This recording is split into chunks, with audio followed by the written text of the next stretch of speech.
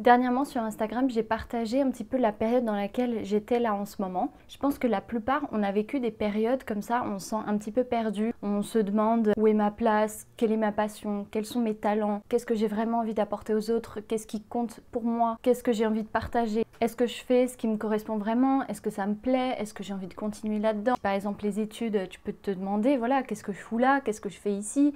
Est-ce que c'est fait pour moi? Est-ce que j'ai vraiment envie d'être là dans 5 ans? Quelles sont mes valeurs profondes? Quelle est ma vision de la réussite? Voilà, il y a des périodes comme ça où on a l'impression de, voilà, de remettre en question tout ce qu'on fait, de se questionner sans cesse, de se demander, voilà, est-ce que ce que je fais aujourd'hui, est-ce que ça me plaît réellement? Est-ce que les études que je fais, ça me plaît? Est-ce que là, ce que je fais aujourd'hui, j'ai envie de le faire demain? C'est une mini-crise. Et on prend le temps en fait de se redéfinir, de s'actualiser. J'aime bien dire s'actualiser, on fait un peu comme un update de qui on est aujourd'hui. En ce moment, moi je suis en train de vivre ce genre de période, ça peut durer quelques jours, ça peut durer quelques semaines. Moi ça fait maintenant 2 mois que je vis un peu ce truc. Alors oui, c'est inconfortable, mais je pense que c'est vraiment dépassable. Je pense même que ces crises-là, ce genre de mini-crises, elles sont hyper importantes. Là, comme ça, on a l'impression que c'est pas normal de se poser 20 000 questions, de tout le temps remettre en question ce qu'on est en train de faire, mais en même temps, il vaut mieux, moi en tout cas je suis persuadée qu'il vaut mieux avoir des mini-crises comme ça à des petits instants de ta vie et te demander, ok, je fais ça aujourd'hui, est-ce que j'ai envie de le faire comme ça demain? Est-ce que j'ai envie d'aller vers le même chemin? Est-ce que j'ai envie de faire la même chose demain? Plutôt que de renier toutes ces questions-là, te dire, c'est pas normal, pourquoi je me pose autant de questions, avance, vas-y. C'est une bonne stratégie, mais si tu fais ça trop souvent, t'arrives à 40-50 ans, tu prends conscience qu'en fait, ce que tu fais, ça te plaît pas forcément, et là, tu commences tout juste à te poser ces questions. Là, je généralise, mais généralement, ceux qui se sont jamais posé ces questions-là arrivent à 40-50 ans et se demandent qu'est-ce que je fais de ma vie, pourquoi je suis ici, j'ai pas vécu ce que je voulais vivre. Et c'est là où on peut vraiment célébrer ce genre de mini-périodes qui sont pas confortables, mais ces mini-périodes te permettent de rediriger aussi un peu ta vie. On évolue, on n'est pas figé, tu n'es pas la même personne à 20 ans ou à 30 ans. T'as des choses qui restent, bien évidemment, on a une personnalité, mais tes goûts vont changer. Tu auras vécu peut-être aussi plus d'expériences, donc tu auras découvert plus de choses sur toi et donc tu auras envie de faire autre chose. C'est vrai que c'est pas agréable, c'est pas confortable. Je suis en train de le vivre en ce moment et je l'ai déjà vécu aussi par le passé. Il y a eu des périodes comme ça, genre par exemple entre la terminale et ma première année d'études, j'étais en train de me poser des questions. Est-ce que j'ai vraiment envie de faire ça? Qu'est-ce qui me plaît? Quelles sont mes passions? Qu'est-ce que j'ai envie d'apporter au monde? Alors peut-être que tout le monde se pose pas ce genre de questions, mais moi par exemple,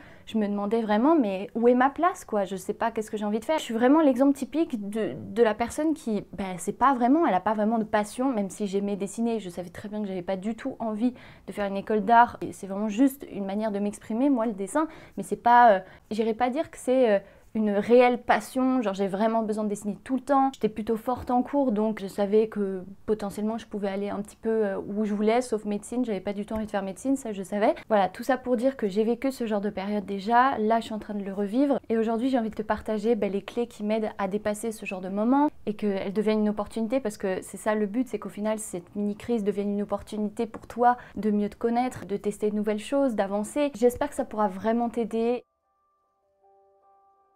La première chose, c'est de prendre un temps, tu t'assois, tu prends 2 heures pour toi et tu prends un temps pour te redéfinir. Redéfinir, ça veut pas dire genre je rechange ma personnalité. Non, c'est faire un point sur qui tu es aujourd'hui, qu'est-ce qui te plaît. Si t'as pas forcément de passion, note juste voilà ce qui te fait plaisir au quotidien. Est-ce que c'est boire un verre avec des amis? Parce que peut-être que c'est critiqué par tes parents, par tes profs, de ouais, vous sortez tout le temps en soirée, oui, tu vas boire des verres. Mais peut-être que pour toi, les relations sociales, c'est super important. Donc le noter, c'est quand même bien important. Si tu sens que aller boire un verre avec tes potes, c'est cool, mais c'est pas forcément ce qui te plaît le plus, c'est juste une manière de voilà de t'échapper, de penser à autre chose, juste un passe-temps, peut-être le mets pas. Note tous ces moments où tu sens que ça te plaît, tu sens que t'es bien, tu sens que t'as de l'énergie.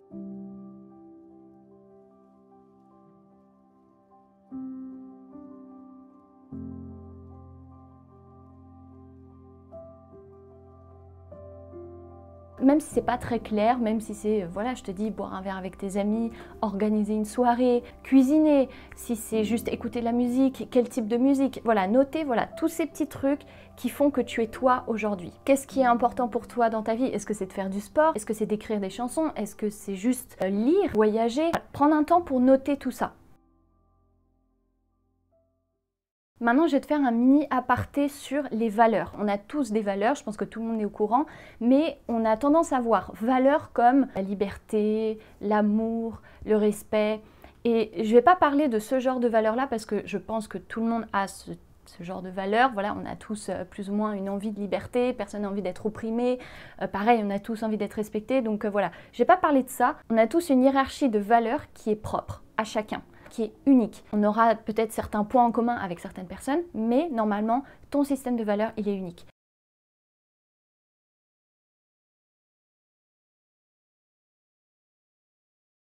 Si je prends un exemple, une personne, elle va avoir comme valeur numéro 1 la carrière. En valeur numéro 2, peut-être le sport, la santé. En valeur numéro 3, les relations sociales. Sortir, voir des amis, avoir des discussions profondes avec ses amis. Quatrième valeur, ça va être peut-être la famille, s'occuper de ses enfants. Sa valeur numéro 5, ça va être le couple. Ça, c'est vraiment un exemple. Et pour chaque valeur, idéalement, il faut que tu le précises au maximum. Si c'est faire du sport, ok, c'est quoi réellement? Parce que faire du sport, est-ce que c'est faire du basket? Est-ce que c'est faire de la muscu? Est-ce que c'est dehors? Est-ce que c'est en intérieur? Tu peux avoir des points en commun, peut-être qu'il y aura deux personnes qui auront les mêmes valeurs, mais généralement, dans une valeur, il y aura quelque chose de plus spécifique à toi. Par exemple, si deux personnes ont la valeur carrière numéro 1, peut-être que pour quelqu'un, la valeur carrière, je ne sais pas, ce qui est plus subtil dans la carrière, c'est le fait de négocier. Ils aiment le côté stratégique et peut-être que pour d'autres, dans le côté carrière, ça va être le côté créer, monter une entreprise, designer des produits, les créer de A à Z, voilà le côté plus création. Idéalement, préciser au maximum. Si tu ne sais pas encore, c'est ok. Essaie de spécifier au maximum qu'est-ce qui te plaît et dans ta hiérarchie de valeurs, voilà, qu'est-ce que tu mettrais en premier? Les valeurs, en fait, c'est là où tu mets de l'importance. C'est là où tu y vas naturellement. Imaginons que tu reprends ton enfance. Personne t'a forcé peut-être à juste collectionner des cartes Pokémon. Et peut-être que tu le faisais dans un but précis. Peut-être que c'était pour négocier après. Le côté stratégique ou le côté de négociation te plaisait. C'est hyper important de noter ça. Et ça, on ne nous le dit pas à l'école. On ne nous l'apprend pas en fait. Mais tout ce qu'on faisait naturellement petit, c'est des choses que peut-être aujourd'hui tu aimes faire encore et sous une autre forme, ça te plaît en fait. Le mieux pour savoir quelles sont ces valeurs, c'est qu'est-ce que ta vie démontre.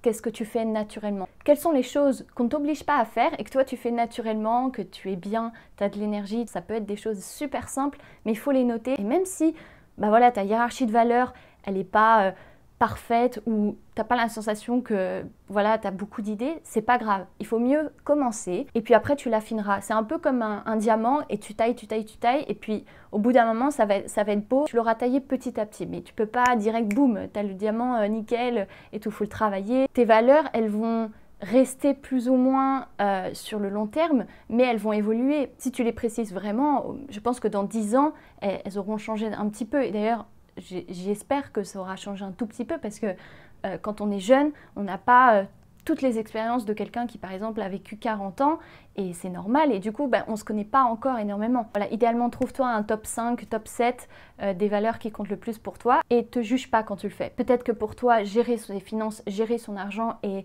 le faire fructifier c'est super important pour toi. Donc voilà, je referai une vidéo dédiée sur les valeurs parce que c'est tellement important, c'est tellement subtil, il y a tellement de petits paramètres. Je ne peux pas plus détailler dans cette vidéo, mais voilà. Il y a quelques questions que tu peux te poser pour découvrir un peu plus quelles sont tes valeurs. Tu peux te demander de quoi est-ce que je parle le plus.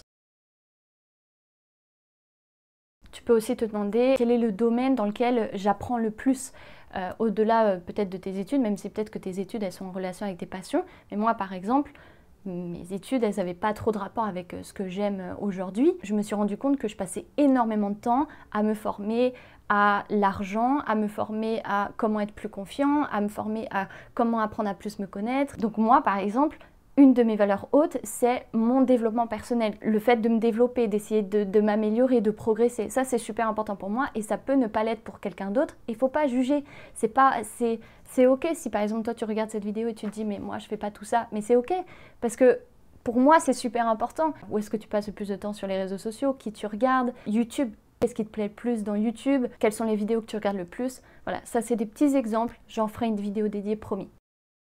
Et dans cet exercice aussi, prends un petit temps aussi pour revoir, ok, pour toi, c'est quoi réussir? Quelle est ta vision de la réussite? Parce que ma vision de la réussite ne sera absolument pas la même que la tienne, parce qu'on a vécu des choses différentes, parce qu'on a une hiérarchie de valeurs qui est encore une fois différente. Et peut-être que pour toi, réussir sa vie, c'est juste avoir une belle maison et pouvoir s'occuper de ses enfants, s'occuper de sa famille. Pour d'autres, ça va être de voyager, de pouvoir travailler à l'étranger ou de pouvoir être totalement indépendant. La vision de la réussite est super personnelle, donc prends ce temps-là et même si tu n'as pas beaucoup d'idées, même si tu as une seule idée, c'est pas grave. Note-la, c'est déjà pas mal. C'est pas un exercice que tu fais une fois dans ta vie et après tu oublies et puis voilà, c'est important de le faire régulièrement, je pense. Régulièrement, je te dis, voilà, 1 ou 2 fois par an, c'est déjà bien, surtout si tu l'avais jamais fait avant.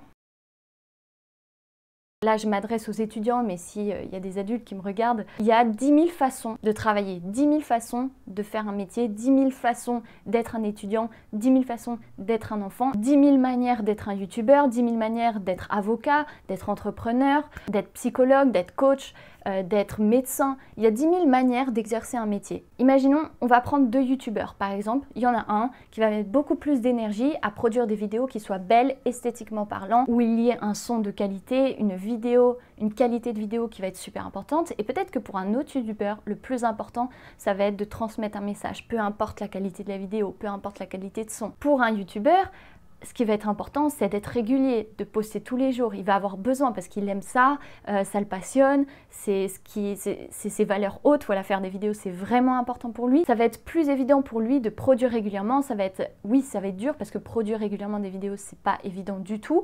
Mais voilà, ça lui donne de l'énergie et c'est un cercle vertueux. Quand tu fais ce qui te plaît, tu as de l'énergie, puis tu peux en faire plus et puis voilà, c'est un super cercle.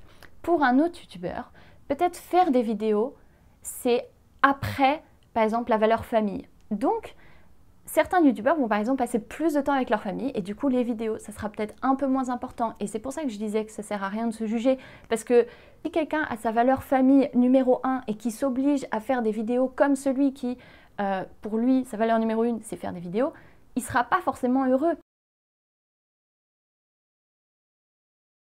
Et là, je vais parler pour mon exemple personnel. Moi, je voyais autour de moi plein de youtubeurs qui postaient toutes les semaines, parfois une vidéo par jour. Et je voyais ça et je me disais, mais pourquoi moi j'y arrive pas? Pourquoi moi j'ai pas d'énergie? Pourquoi je suis pas autant motivée? Je me suis posé cette question, je me suis dit, est-ce que j'ai envie de poster tous les jours? Est-ce que j'ai envie de poster toutes les semaines? Peut-être pas en fait. Je me disais, mais je suis pas assez ambitieuse, mais pourquoi ça marche pas? Alors que dans plein d'autres domaines, je me trouvais assez forte, assez ambitieuse. Et là, dans les vidéos, je me disais, mais ça me plaît de faire des vidéos, j'adore apporter aux autres, mais pourquoi j'ai pas plus d'énergie? Tout simplement parce que c'est pas dans mes toutes premières valeurs. Si moi je fais des vidéos toutes les semaines, mais que je suis pas bien, que ça me rend pas heureuse, mon message va pas bien passer et je serai pas cohérente avec ce que je dis. La troisième idée vraiment importante quand on se sent perdu, quand on n'a pas d'idée, quand on ne sait pas qu'est-ce qu'on a envie de faire, quand on ne sait pas qu'est-ce qu'on aime, c'est de tester. Tester, tâtonner, vivre des expériences. Si je prends mon exemple perso, à 18 ans, je t'ai dit, j'avais vécu une petite crise comme ça où je ne savais pas qu'est-ce que je voulais faire. J'étais paumée et je me suis dit, ok, je vais faire un maximum de choses pour apprendre à me connaître. Donc, je me suis remise au scoutisme alors que ça avait été très dur quand j'en avais fait en Espagne. Je vais m'y remettre pour me tester, pour sortir ma zone de confort. Je vais me confronter au monde du travail, donc j'ai fait des petits boulots dans des fast-foods, j'ai été hôtesse d'accueil. Je me suis aussi inscrite à un camp pour prendre la parole sur scène parce que j'avais envie de voir qu'est-ce que ça faisait de prendre la parole sur scène. Autre exemple, quand j'étais en terminale, je me suis forcée à lever la main pour passer au tableau en maths parce que moi j'aime pas du tout les maths. Je m'étais dit, force-toi à le faire, tu vas grandir de ça et du coup, je passais au tableau en maths, que ça soit petit ou grand aux yeux des autres. D'ailleurs, j'en avais parlé sur Instagram, on s'en fiche. Tant que ça compte pour toi, tant que ça a du sens, tant que ça te fait grandir, c'est bon, t'y vas. Et c'est la raison pour laquelle je pense, je me connais beaucoup, c'est parce que je me suis tellement forcée à faire des choses qui me font peur, à faire des choses qui sortaient complètement de ce que je faisais, que j'ai découvert en fait. J'ai découvert qu'il y avait des choses qui me plaisaient pas, il y avait des choses qui, pour le coup, ça me plaisait vraiment. Quand tu vis tes expériences, essaie de faire des petits bilans, voilà, qu'est-ce qui t'a plu, qu'est-ce qui t'a moins plu. Cette chaîne YouTube, pour le coup, c'est un teste encore. Cette vidéo, c'est un test aussi. En fait, tout ce que je fais, je teste et je tâtonne en fait pour voir qu'est-ce qui me plaît. Peut-être que j'arrêterai de faire des vidéos. J'ai testé de faire plusieurs vidéos, voilà, plusieurs fois par semaine, ça m'a pas plu. Là, j'ai essayé de ralentir le rythme. J'ai vu que j'étais un peu plus créative, que je mettais moins la pression et du coup que j'arrivais à avoir des idées plus profondes. On ne sait pas où la vie va te mener, mais moi en tout cas cette chaîne, ça se trouve j'arrêterai, ça se trouve en fait je me rendrai compte que ce qui me plaît c'est de travailler en entreprise et d'avoir mon activité à côté, peu importe si elle me rapporte beaucoup ou pas. Moi mon but c'est peut-être juste d'apporter aux autres et je serais plus épanouie si j'avais voilà cette double vie, entreprise et entrepreneuriat. Je sais pas. Et c'est pour ça que je teste. Sors de ce que tu fais au quotidien, sors de ton confort et va voir un petit peu plus loin parce qu'au final, c'est pas toujours confortable, mais derrière, tu ressors tellement grandi, tu es tellement fier de toi. Les expériences qui m'ont rendu le plus fière sont des expériences qui ont été dures à vivre, mais où je me suis dit, putain, lâche pas, fais-le jusqu'au bout et tu verras. Et aujourd'hui, ces expériences qui ont été super dures pour moi, c'est ma plus grande fierté et ça, personne ne pourra te l'enlever. Toute la fierté que tu as, même les histoires que tu pourras raconter à tes enfants, les histoires que tu pourras raconter à tes petits-enfants, ça va être ouf! Et dernier conseil, et pour le coup, c'est celui que j'ai le plus de mal à appliquer, et celui qui me coûte le plus, pour moi en tout cas, c'est d'arrêter de se comparer aux autres. Tu peux te comparer si c'est sainement, en mode ok, comment lui il a fait pour avancer, je vais peut-être m'inspirer de lui, quelles sont ses stratégies, voilà, ça c'est super. Mais par contre se dire, lui il est trop fort, lui comment il fait, il est incroyable, moi j'y arrive pas, et pourquoi lui il est plus ambitieux que moi, et blablabla, ça je pense c'est le pire. Parce qu'au lieu d'aller vivre la vie qui te correspond toi, on essaie de ressembler aux autres. Et ça pour le coup, je dis ça comme ça facilement, mais Dieu sait si c'est le truc que j'ai le plus de mal à appliquer, et j'essaye de le faire en ce moment. Typique, le fait que j'ai arrêté de faire quelques vidéos là, durant ces dernières semaines, c'était pour m'obliger à faire et à me concentrer sur qu'est-ce qui moi me plaît et on en revient aux valeurs. Tu vas te demander de faire des choses qui pour toi n'ont pas beaucoup de valeur et qui pour l'autre en a beaucoup. Alors que tu pourrais te concentrer sur tes valeurs à toi, devenir excellent et être heureux. Si tu procrastines dans tes journées, s'il y a des moments comme ça où tu te dis pourquoi j'arrive pas à le faire, mais peut-être qu'il y a un super indicateur, c'est que juste c'est pas fait pour toi. C'est juste que peut-être tu t'obliges à faire un truc qui te correspond absolument pas. Moi j'ai vu que je m'obligeais à faire des vidéos toutes les semaines. Oui, j'y arrivais parce que j'avais de l'autodiscipline et parce que j'avais envie de le faire.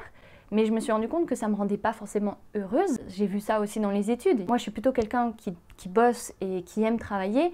Mais parfois en cours, je procrastinais sur des trucs, mais je me suis rendu compte que juste, c'est parce que ça me plaît pas, ça me correspond pas. Et d'en prendre conscience, je trouve que c'est hyper libérateur. Il y a une phrase que j'ai entendue, je sais plus où, mais qui m'avait énormément marquée. Et la fille disait, le point commun de tous ceux qui sont épanouis et réussissent leur vie, c'est qu'en fait ils sont tous différents. Ils sont tous uniques et ils sont tous allés là où ils avaient leur propre zone de génie. Leur point commun, c'est qu'ils n'ont pas de point en commun. Et encore une fois, si tu ne sais pas, c'est pas grave, teste. Parce que moi non plus, je ne sais pas encore exactement ce qui me plaît, je ne sais pas encore exactement où est-ce que je peux le plus apporter, où est-ce que je serai le plus épanouie. Mais le but, c'est voilà, juste de tester, de tâtonner, et tu verras bien.